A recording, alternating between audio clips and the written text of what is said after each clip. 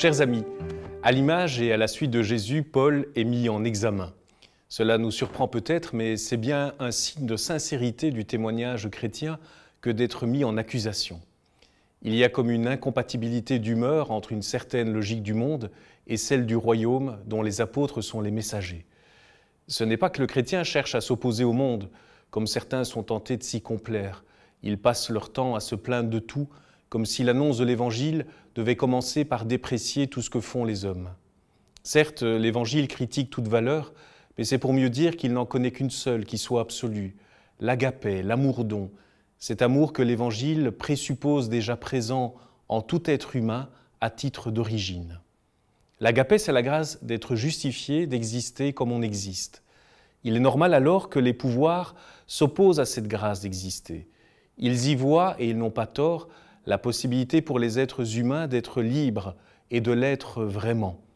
En effet, celui ou celle qui expérimente la joie d'exister découvre une liberté intérieure, un espace de déploiement de son soi.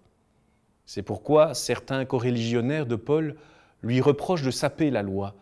Ils ne veulent pas comprendre que la loi est éducatrice de la véritable liberté, celle qui fait de nous des affranchis. Ils la préfèrent directrice et culpabilisante. De son côté, le pouvoir romain ne connaît que la loi de l'assujettissement, puisqu'il va jusqu'à valider l'esclavage. Paul est accusé parce qu'il menace les fondements même de l'ordre religieux et politique.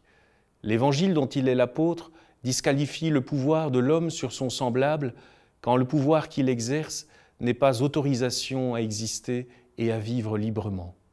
Comme le Christ, Paul est dans le collimateur de la collusion entre le religieux et le politique. À la différence du Christ, Paul va se défendre pour faire valoir ses droits de citoyen romain.